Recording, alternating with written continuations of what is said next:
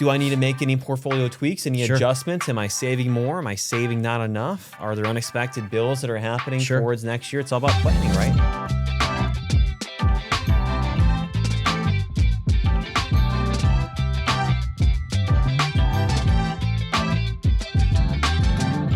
So my first apartment in Denver was a 1-bedroom, 1-bath, probably, I don't know how many square feet. Really nice Can I guess the complex that I lived in. Yeah, take a guess. This would have been in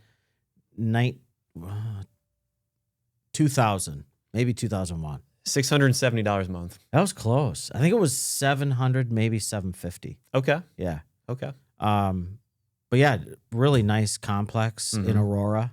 Today crazy. it's probably over a couple thousand, knowing how much Denver has grown too. Yeah. Oh, especially so. Just it's seen leaps and bounds of growth too. And so, of course, you're going to go expect it over time too, but then you go think about the affordability and actually, okay, this much of my money is going towards rent. Yeah. And then I have other things that can also populate there. Now, luckily with renting, there aren't other hopefully ancillary costs with that too. Like your furnace breaks down. Luckily, there's the landlord to go step in. So of course there's other benefits too. But and you wonder what's included. Are utilities included in that cost? I have no cable idea. I don't even know if there is such a thing. I don't know. Is cable outdated? The term cable. That's a wonderful question. Yeah. I've seen some places too where it's like heat's included, electricity is included, water, cable, everything. And so I mean, if you include all those things, it could be nice, especially in winter. Imagine being able to step out in your room. It's 85 to get it. But just imagine that's like more than my mortgage. Yeah, it's a huge chunk of money. Yeah, or $3,500. And if you're just getting started, that's wild. Maybe you're not looking at Class A. Maybe you're looking at Class B or C. Yeah. I don't know what those rates will correspond with. Maybe here's a Mitten Money invitation to any realtors or multifamily property investors. Would love to go have someone on, maybe a third seat. I don't know. That's a great idea. Know. Yeah, we've talked about that before. Yeah. Someone reach out. Come on. Yeah. Should be simple enough. Yep. We got a lot of friends in that business. So, if anybody's interested, reach out and we'll get you a seat and you can join us. Absolutely. Might even get a free TriStar mug. Yeah. How about that? Yeah. Right. Oh, yeah. Yeti mug. We know some people. Yep. Yeah. I might have access to a couple of trinkets. Yeah. So other than that, man, how's life been? Good? Things are really good. Like I said, shout out Dow High Chargers. Boys soccer they won recently, districts. right? Yeah. Okay. So and Nico and Sam are both on that team and both enjoying that success. And now we got another game tomorrow, so it should be fun. That's good. Yeah. At a much different age bracket, Elodie is continuing to enjoy her 4-year-old soccer league as well. Yeah. And so, if you can believe it, I mean, you could start to go see. I mean, everyone's having a fun time, a great time, but. Some all-stars on each team too. It's crazy. I mean, the coordination, the kicking, the running, it's nuts. So she's enjoying it? Oh, loving every single second of it. And, the 2-year-old, I'm sure will follow suit. He's starting to grasp some of the smaller concepts. Yeah. So, cool. Good. Some good future opportunities. It's always fun. I mean, even if the weather is a little crummy at times, but yeah, this weekend was it was decent. Sunday, did you have a game this weekend or? I got canceled rain. Oh, it did. Yeah. Because yesterday was kind of nasty. But we're getting into that time of year. It's crazy to go see for fall because remember a couple weeks ago, it was like the first weekend, it was bitterly cold. Yeah. Like 60, 62. The next weekend it was like 85. Yeah. Or 90. And now looking into the 10-day forecast, it's all 50s. Yeah. Really? Yep. Getting more and wet. Yeah. So we'll see what Halloween brings. Do you remember being a kid and when you'd get a full bar? You remember that house? I'd like to see that statistic, right? Yeah. Like it used to be. I swear it was like 2 to 5% of households gave out full bars. Now it seems like it's like 20 or 30%. Okay. A lot of households go think full about bars these days. Now it depends, I guess, on what neighborhood you're in and the frequency and the volume. Yeah, like if the volume. Yeah. If it's 100, 200 kids. Or 20 to 30 kids, right? Yeah, 20 to 30. Full you can size. buy a 30-pack of full size at Costco for $20. Not bad. Right? No. But if you're having to buy, if you're over on the Dillaway subdivision over by Woodcrest or one of those subdivisions that gets a lot of kids. Oh, yeah. They must go through hundreds of children that come to their doors. So a lot of happy campers, but oh, yeah. Yeah. Oh, here we go. 12% of people in the U.S. Thank you to our. So what was it in like 1985? I'm very curious. 85. That's I know. You're having to go dig for some statistics here, right? Did they have electricity back then? Right, yeah. Okay. It was a much smaller percentage. There were no known statistics. Okay. Or fun So size. I was out trick-or-treating before there was even statistics available. Trick-or-treating. Yeah. Okay, but look at that. Safety concerns They were prompted. an anomaly. Anomaly. Okay. The cost was rarity. prohibitive. Okay, you want to know what's crazy when it comes to cost? This totally dates me. When I was a kid, I could stick a quarter in my pocket and ride over to 7-Eleven and get a full-size candy bar for a quarter. That's a lot of value. Yeah. A quarter. Yep. In fact, I even had my Ruse. Like, did you ever hear of Ruse shoes? No. So there were unfortunately not. shoes called Ruse that had like pockets in them. Oh, and I'd stick a couple That's pretty quarters cool. in there Yeah. and ride over to 7-Eleven, grab a couple candy bars. It's handy, right? Yeah. Especially for a kid. Yeah. It's all about planning, right? Exactly. Yeah. And that's a great segue. Into year-end planning. Yeah. I mean, you've had a successful career if you're an investor, or maybe you're thinking about retirement soon. It's all about trying to make sure, hey, do I need to make any portfolio tweaks, any adjustments? Am I saving more? Am I saving not enough? Are there unexpected bills that are happening towards next year? It's all about planning, right? And so, and to your point, the last 3 years have been fantastic. Oh, so if you're like 20%, me, you're also thinking to yourself, wow, I mean, how long can this continue? Like how much longer we've been in this bull market for almost is it a full 3 years yet now? Yeah, it's almost coming up on 3 years. And, from everything that I'm seeing, I'm still feeling very, very optimistic now. Yeah. I'm sure this clip will age like some milk. Yeah. I'm sure people will be able to go clip this anytime there's a down day in the S&P in the future. But still feeling optimistic? Yeah, still feeling optimistic. Yeah, just like that milk on the side with the cereal. But going back to what we were just talking about. So I still feel very optimistic. I mean, when you go think about how companies are reporting, when you go think about the health of the consumer, things are still relatively robust out there. And as they also look out, companies about what those future estimations are and expectations for where earnings could possibly go, things are still looking good. And costs. Yeah. I don't know if you filled up your car over the weekend. $2.59 for a gallon of gas. When's the all the stations around town, but the Speedway. I saw $2.60, but nothing in the $2.50 range. $2.59. And then I got my 3 cents off a gallon, so I was paying $2.56. Wow, I gotta fill up my car. Yeah, you got. I literally saw a truck filling up tanks, like portable tanks of gas, and I wondered to myself, I wonder if they have a lot of lawns to cut, or if they're like storing gas or something. Well, it's almost like investing, buying some futures, right? Sure. Buy low, consume. Hey, if I had a tank at home, I definitely would have tried to fill it up over the weekend. When I was doing research into portable generators, I found out that gas has a fine shelf life of 9 to 12 months. And so that's a long time you can go carry gas around for. Sure, yeah. Now, I don't know, again, if it's lawn equipment, if it's other things as well, but cheap gas, right? $2.50, Hey, $2.55? it helps. Everything helps, right? So the timing's great right as we get into this fourth quarter, and it's Christmas time. And so there's a question for you. Have you started your Christmas shopping yet? Or are you an early shopper, or do you wait? I'm like mid-November to December. I really want to go feel and see everything coming out. Now, Amazon has sent our household a catalog. Oh, yeah. We got that too. A catalog, and we got the markers out so we can circle. So it seems like every page has a circle, multiple on it, circles. Right? So we have to do circles and stars. Circles are like, oh, I really like that. Stars are like, I need that. I really like that. Yeah. So, exciting time of year, and I'm an early shopper. So I've already, even if we go back into August, I had already started. Oh, really? Christmas shopping. Yeah. Good for you. Yeah. Thinking ahead. So, it's trying to, so you don't have to spend all your money at once. I try to spread it out. Another great spending trick, right? Yep. Exactly. Even diversify that out. And so as you're talking with clients, you're calling people up, you have a little more interaction than I do with the end client. And so how are you positioning conversations right now? Yeah, how are you thinking about things? Yeah, really simple. I talk about it all the time. We're revisiting the plan, right? So many people are feeling a little bit anxious right now because of what I mentioned. There's been 3 years of, great market activity and returns, right? So they're feeling a little bit of anxiety. Hey, should I pull some money off the top? Should I get some cream off the top and set it on the sidelines? First answer to that question is sure. If we're looking into next year and somebody has a cash need, or let's say, for instance, they take out $5,000 a month, then we might raise all that money now for next year, right? So you take that whatever it is, 30, 40, 50, beyond, whatever it may be. You take that cash, you put it into money market, and you put it on the sidelines so that you don't even have to worry about risk. No. So right off the bat, right there, that calms many investors just to know that, hey, your cash is on the sideline. So even if there is a pullback and that is affecting your portfolio, it's not affecting your cash next year. And you don't have to make withdrawals while the market's going down and compound losses, right? But the key there is revisiting the plan. What's changed? Has life changed? Have your needs changed? Has your spending habits changed? If those things haven't changed, then we've prepared for every market scenario, right? Ups and downs. Sure. The Monte Carlo had 1,000 probabilities and 1,000 different market variances.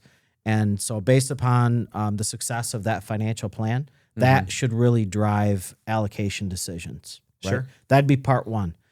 The other part of planning is taxes, right? So I don't know. I feel like I'm talking a lot right now. So you sit in these conversations as well. Sure. Yeah. So and also, hey, when it comes to some of our tax efficient portfolios, what are some of the portfolio managers doing right now?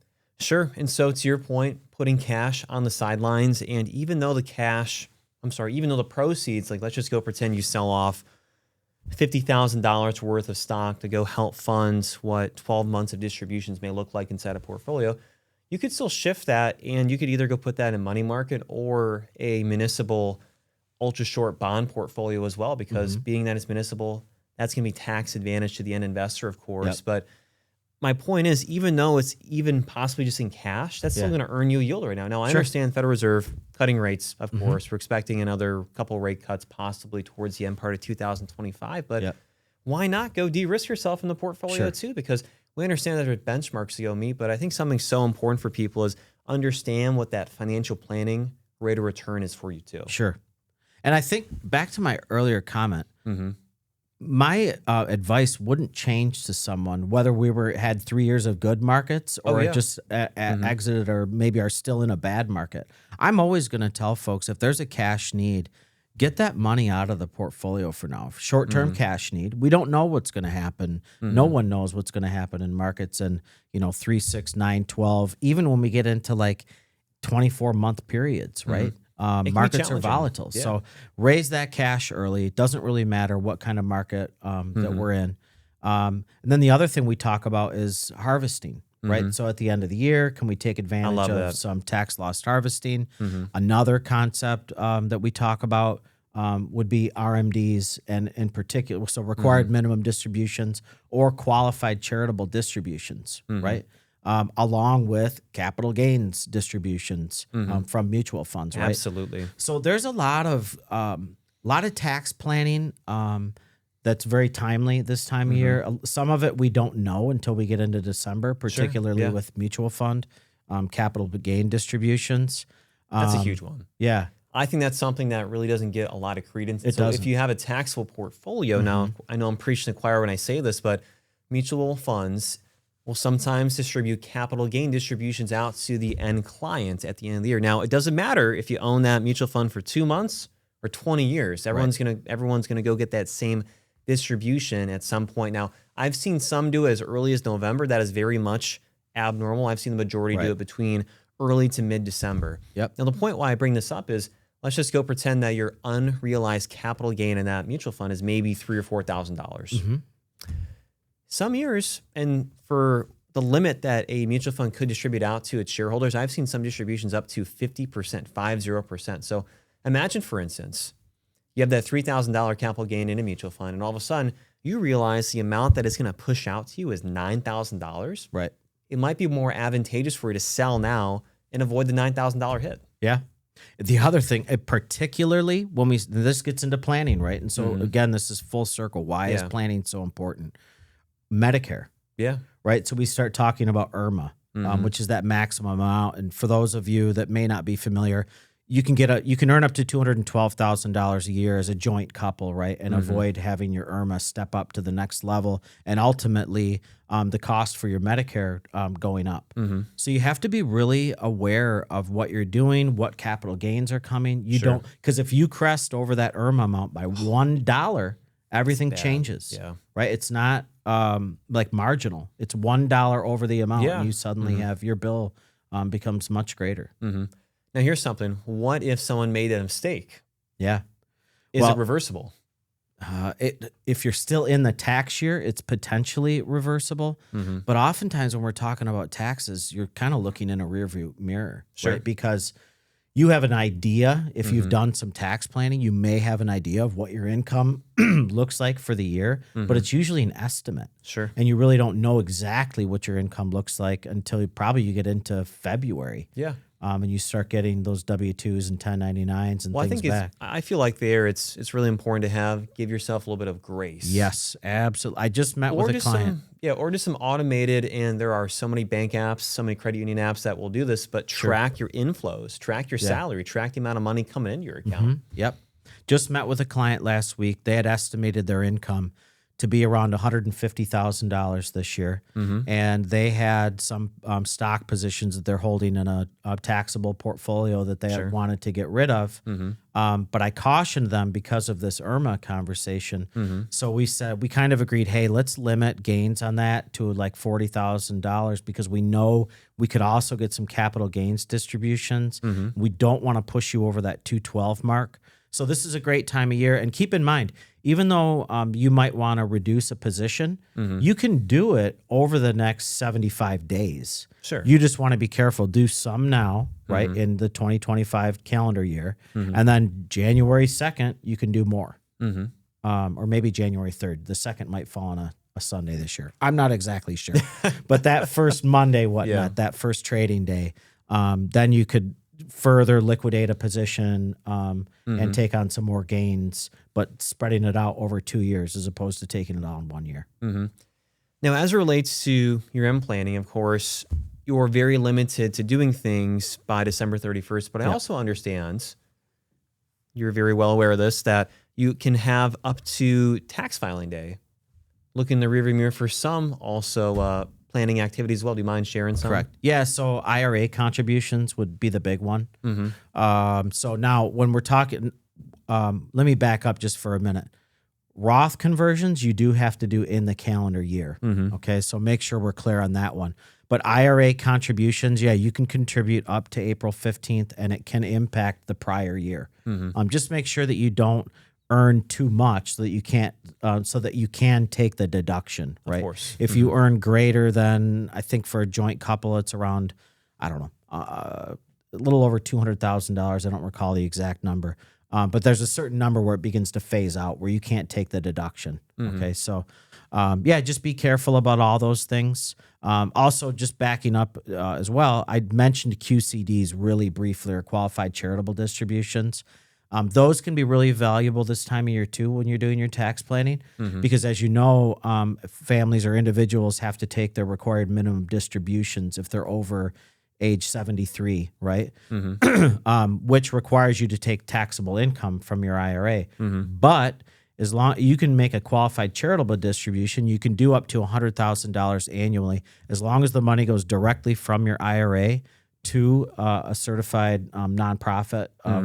Then yeah, you can do that, and you can do it in a way that you're not taxed on that. The recipient, the nonprofit's not taxed on it. So you're giving to a cause that's important to you, and you're not having to pay taxes on that money. It's win-win. Yep. And not a lot of people know about that either. Yeah. No, and I think also along that line, for those folks that are in the nonprofit world and are looking for ways to grow their base and to get some year-end funds, that's something important to talk to.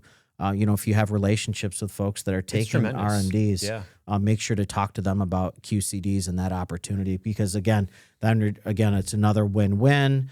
That individual is able to give away some funds to a nonprofit that needs those funds. Nonprofit gets the benefit of receiving those assets, and the provider gets the benefit of not having to claim or pay taxes on that or claim that as taxable income. And I think it's so special too, because there's a million different ways that you can go write out those QCDs, and whether it's every single month sending some money, quarterly at the end of the year in a lump sum too. And so they're really trying, and especially with nonprofits, of course, they're going to be more than welcome and more than happy to help someone really fulfill what their philanthropic ideas are solutions might be in that regard. Yeah, and in fact, a great opportunity for that. Some folks want to make sure they want to give to their church, right? course, And they want to do so on a, let's say, monthly basis, right? Because they want to make sure the church is receiving regular funds from them for operating purposes. So we can do monthly QCDs. So for many people, let's say, for instance, someone gives $100 a month to their church. Then we can do that directly from their IRA, send the check directly to that church, and get that $1,200 into the hands of the church. You make your donation, and you don't have to pay taxes on it as well. So slam dunk. So in regards to all this planning, I think the one thing that we did not touch upon as much is the account performance in relation to those underlying assets. And so the last thing that I'd be remiss to go not mention, especially being within the investment team, is making sure that the assets inside your portfolio are also performing the way that you would expect. Now, of course, a lot of it drives back towards what the plan is also expecting as well, because it's one thing if you're comparing yourself versus the S&P 500, but you're also owning large cap, mid, small cap, international, fixed income thrown in there. As you can imagine, it wouldn't be a fair comparison if you're thinking about a 100% U.S. domicile portfolio versus a whole portfolio of different intermixes. And so checking your performance of those funds, like let's just go pretend it's a large cap growth mutual fund, taking a look underneath the hood. Now, I recommend that people do this more than once a year. I recommend that people do this very frequently because especially in the stock side of things, top 10 positions, the underlying allocation of the fund can all change over time too. And so some very quick and easy things that I like to go take a look at is, okay, if the funds in the large cap growth space, are those assets still being invested within that style box per se? Or have they drifted? Is the manager starting to go drift towards the core space? Is a large growth manager that typically invests in companies like Netflix, Google, and Amazon starting to go invest in companies like Coke? Now, Coke amazing company, but it fits in a whole different style box. And so if you're okay with your manager doing that, they might be able to stylistically go between boxes. That's okay. But if not, it's something to go keep aware of. Something else I've seen people do as well is thinking about that box. I like to go think about it as a very simplistic concept, but are they starting to drift further down in cap style? Maybe starting to go invest in earlier stage companies, maybe in that mid cap space. But if you're okay with that, that's great. But if you're not okay with that, hey, that could be some, what's the right word I'm thinking about? That could be a little bit of a caution flag, for instance. And they may impact performance because, hey, maybe they're performing the best, but they're thinking about ways that they're going outside their own sandbox to go play within. So, the other thing with regards to drift would just be your allocation drift, right? Absolutely. So say you invested $100, right? And you invested that in September of 2022, right? At the bottom of the market. And you had a 70-30 allocation, 70% stocks, 30% bonds. Because the performance of the S&P 500 has been so good over the past 3 years since that time, suddenly your 70-30 portfolio that was driven by that plan originally 3 years ago might be a 90-10 by now. It might be. Because stocks have performed so well. So rebalancing is an important part. It's so important. And I understand too, people might be averse to taking taxes, but hey, if you're selling out of some position to rebalance into another area of the portfolio, that's winning. You are investing to hopefully get more money from the portfolio or get income. You've seen your portfolio assets go up in price. That's a good thing. And to rebalance, because if you don't rebalance multiple years, that could end up being a much worse scenario to be within. Because then at that point, it's too expensive to go even sell money or sell some of the assets to generate some cash. Absolutely. And what we've talked a lot about taxes today, but the other thing is you don't want to let taxes tail wag the dog, right? So you have to make informed decisions, make sure you understand what the tax implications are of the decisions that you're making. But at the same time, you also have to do what's best for the plan and for the portfolio as well. I couldn't agree more. And like you said, then you'll be winning. Absolutely. Just like Charlie Sheen, right? That's his big thing, winning, right? Yeah, the documentary on Netflix. Exactly. That's a good segue into the night. I watched that show. Did you watch the documentary? It was very, it was crazy to go see that. I've seen some selected movies for him in the past and some TV as well. And I didn't know as much about his background, but it's a crazy background. Yeah, absolutely. Yeah, very interesting. So beyond, along that line, what are you watching now? What are you enjoying? So I was actually going to do a little bit of a shift because I'm in the doldrums a little bit because I'm waiting on, so first off, Stranger Things comes out later this. Cannot wait for that. So Landman comes out next month. Yeah. Cannot wait for that.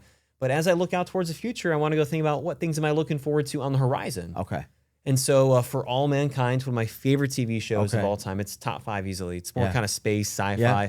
That's going to come out. People are expecting sometime in early 2026. Okay. I love that. And then The Last of Us, season 3.